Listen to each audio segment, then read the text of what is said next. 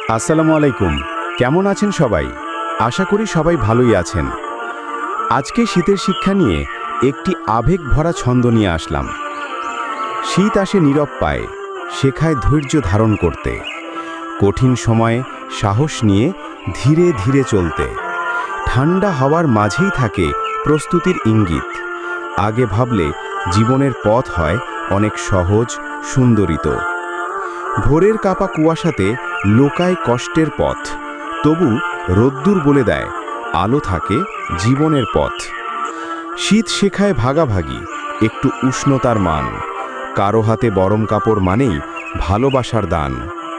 শেষে শীত হার মানে আসে বসন্তের গান। এ শিক্ষা দেয় কষ্ট পেরোলে হাসে নতুন দিন আনে।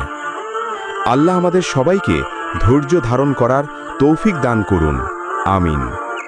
ভিডিওটি ভালো লাগলে সবাই লাইক, কমেন্ট, শেয়ার করতে ভুলবেন না। আল্লাহ হাফেজ।